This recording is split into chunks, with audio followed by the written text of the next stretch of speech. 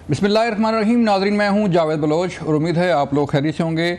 आजकल सबकी नज़रें जो हैं वो सुप्रीम कोर्ट ऑफ पाकिस्तान पे हैं, जहां पर इंतहाई अहम केसेस की समाअत जो है वो जारी है। पहले स्पेशल सीट्स का मामला था, उस पर समाअत हुई और आज जो है फैसल वाडा मुस्तफ़ा कमाल की प्रेस कॉन्फ्रेंस जो है उस पर आज तौहीन अदालत की कार्रवाई हुई और उसकी समाअत थी आज बड़ी अहम, जिस दौरान जो है मुस्तफ़ा कमाल की तौहीन अदालत की गैर मशरूत माफ़ी की दरख्वास्त जो है उसे भी मुस्तरद कर दिया गया है और फैसल वाडा को नोटिस जारी कर दिए। दोनों शख्सियात, फैसल वाडा भी और मुस्तफ़ा कमाल भी, जिन्होंने प्रेस कॉन्फ्रेंस के दौरान मुख्तलिफ सवालात उठाए थे, सुप्रीम कोर्ट के जज साहबान का नाम लेकर जो है वो सवाल उठाए थे, उन्हें आज तलब किया हुआ था। दोनों पेश हुए और समाअत जो है मुलतवी कर दी गई।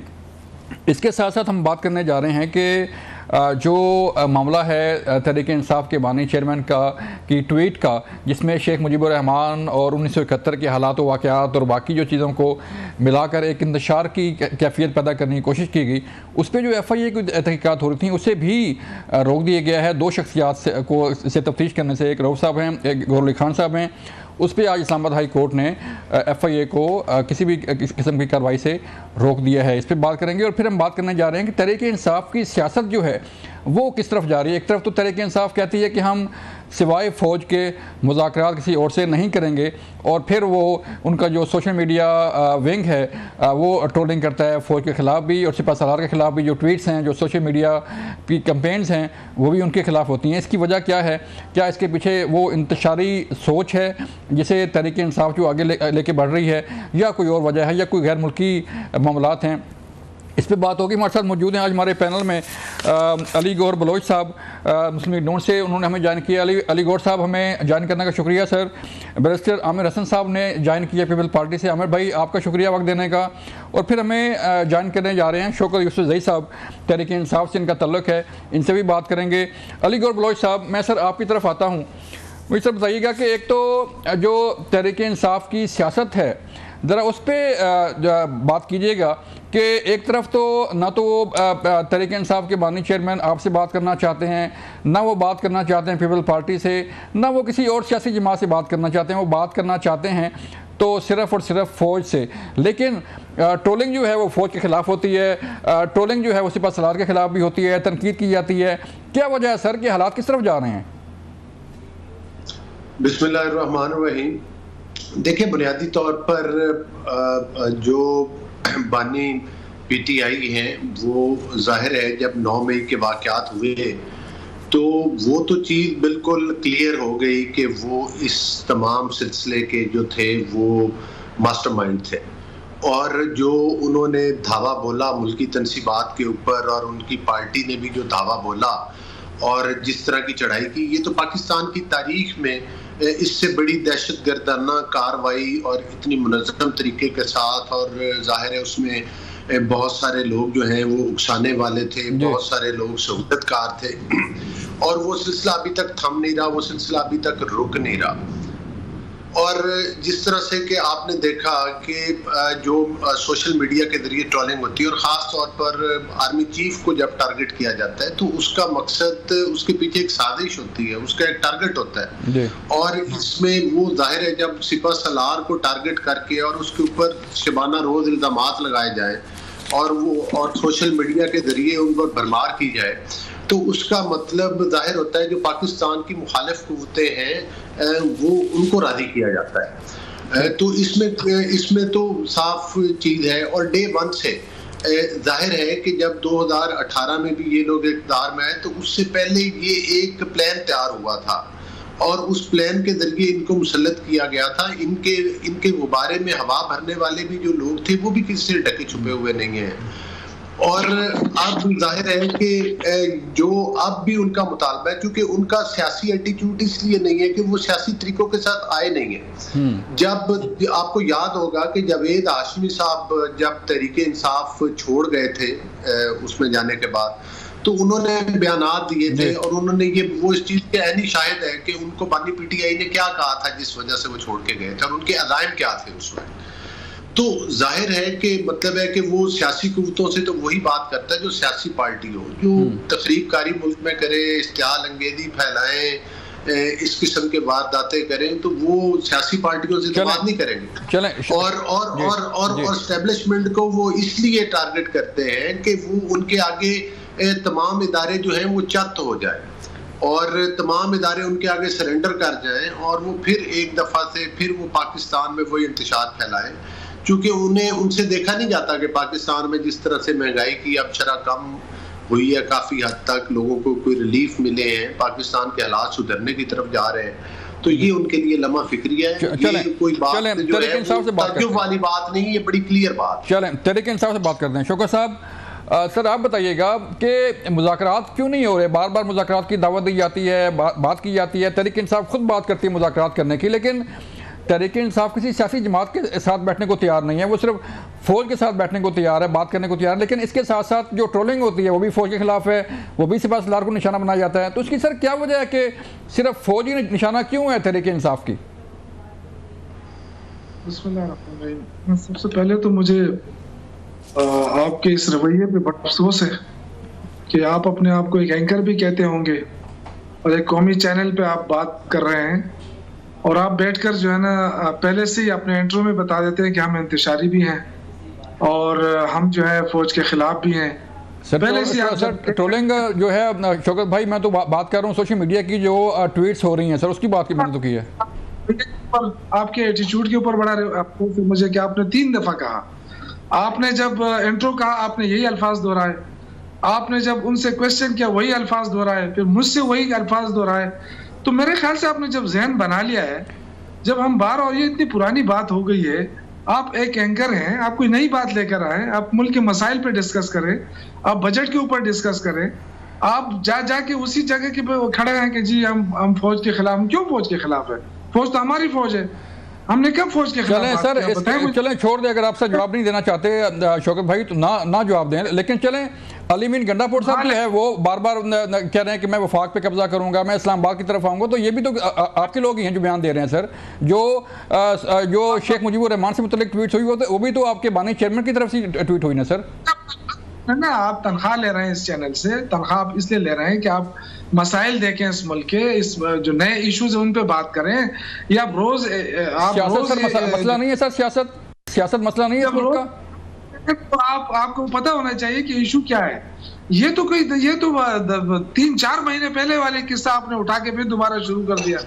और जो तो सर FIA में क्यों पेश हुई है आपकी क़यादत? सर आज भी FIA में पेश हुई है, फिर आप इस्लामाबाद हाई कोर्ट भी गए हैं, वहाँ भी रऊफ साहब गौर अली खान साहब गए हैं कि हमसे पूछताछ ना की जाए। सर आप बोलने भी देना, आपने क्वेश्चन कर लिया ना। देखिए जो बात है वो तो डिक्लासिफाई पहले हो चुका है, उसमें क्या खुफिया बात है? आप मुझे बताएं, क्या उसने कहा है कि कोई ये रिपोर्ट पढ़ ले तो ये रिपोर्ट पढ़ना कोई जुर्म है? क्यों, किसने ये रिपोर्ट बनाई थी? ये तो एक ऐसे जज ने बनाई थी जिसपे कोई उंगली भी नहीं उठा सकता है। तो अगर वो रिपोर्ट डिक्लासिफाई हो चुकी है, वो अगर कोई पढ़ ले उस पर तो क्या है? लेकिन ये जो इस तरह का प्रोपेगेंडा कि तहरीक इंसाफ फौज के खिलाफ है, मैं कभी मानने के लिए तैयार नहीं हूँ। इसलिए कि एक वो ठीक करना कि जी मुजीबुर रहमान कमीशन की रिपोर्ट पढ़ ले, उस पे जो है ना इतना वाविला। तो देखिए मेरे बात सुने, इस मुल्क के अंदर क्या कुछ हुआ है? क्या किसी लीडर ने आज तक किसी फौज के जनरल के खिलाफ बात नहीं की है? किसी लीडर ने बात नहीं की आज तक। नवाज शरीफ तभी को याद करता है और फलां को याद करता है, क्या वो फौज के लोग नहीं है कि नहीं? बस वो चले फौज के लोग नहीं रहे। देखिए बात कर, बैलेंस बात कर।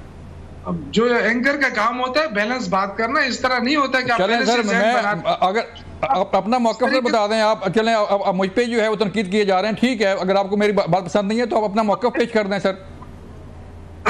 तहरीक इंसाफ सबसे बड़ी सियासी जमात है। ये जो लोग फॉर्म 47 के लोग आप बुला के उनसे पूछते हैं और वो कहते हैं जी ये तो इंतशारी है, तो आप लोग क्या है? आपने इस मुल्क को नहीं लूटा है। ये जो 5-5 भारियां लेके आपने आए तो ये मुल्क का बेड़ा आपने घर किया कि हमने किया है? हमारी तो 3.5 साल की गवर्नमेंट है, उसको एक तरफ कर दे। ये बाकी जो दूध और शहद की नहरें आपने बहाई वो जरा बता देना।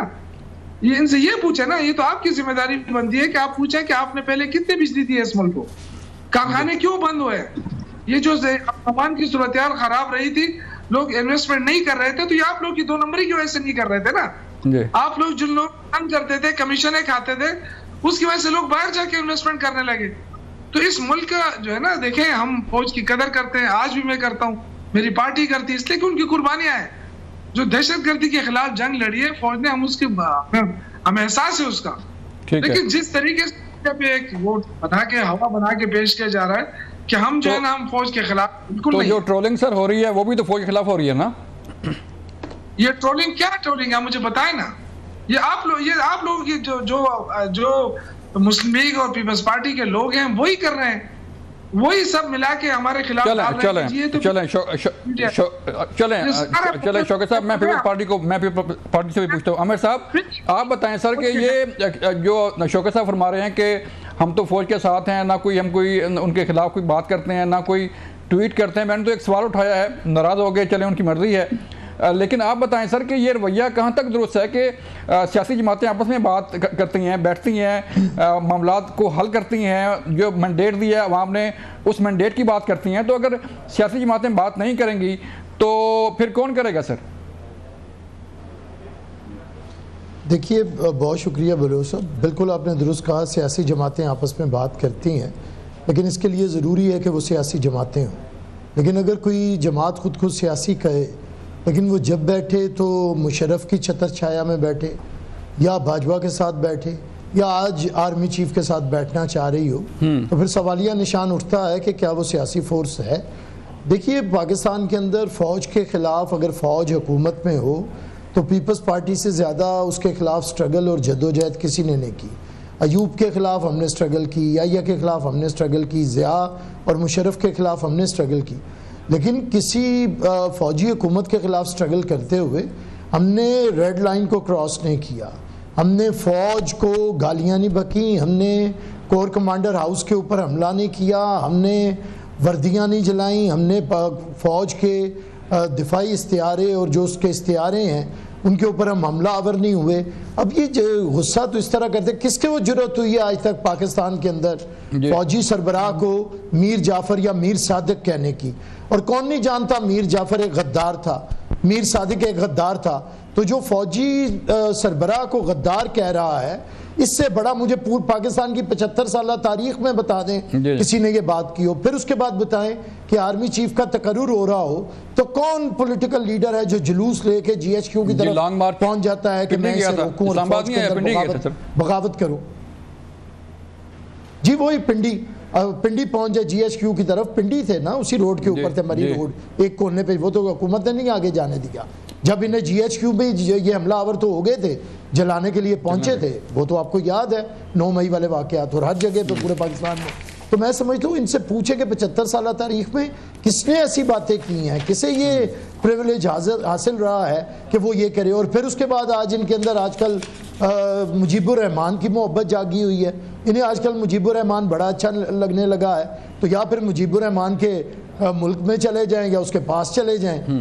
इतना ही उसे दिलों में बसा लिया, किस लिए? सिर्फ इसलिए कि पाकिस्तान के दिफाई इदारों को हरफ़े तनकीद। देखिए इन्होंने किस इदारे का एहतराम किया है? पार्लियामेंट पे लानते ये भेजते रहे, आजकल उसे मछली मंडी बनाया हुआ है। सुप्रीम कोर्ट के बारे में, जजों के बारे में जो बातें ये करते रहे, मैं टांग दूंगा, मार दूंगा, ये करूंगा, वो करूंगा। सर आमिर भाई, ये लोग आमिर भाई जब ये धरना था 2014 में, तो आपको याद है, शौकत साहब को भी याद होगा, अलीगढ़ बलोच साहब को भी याद होगा कि जजेस के रास्ते रोके गए, जो है वो पार्लियामेंट हाउस पे जो है कपड़े लटकाए गए। तो तारीख का हिस्सा है सर, और ये अगर तारीख का हिस्सा नहीं है तो बता दें शौकत साहब, अगर नाराज होते हैं तो।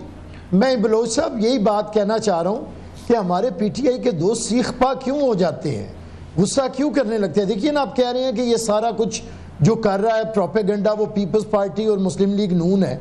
ये जिसने कोर कमांडर लाहौर की वर्दी की तजलील कर रहा था, वो पीपल्स पार्टी के किसी लीडर का भांजा था या इनके लीडर का भांजा था, इमरान खान का? वो जो हमला आवर हुई थी वो पंजाब की सदर इनकी थी या हमारे थी?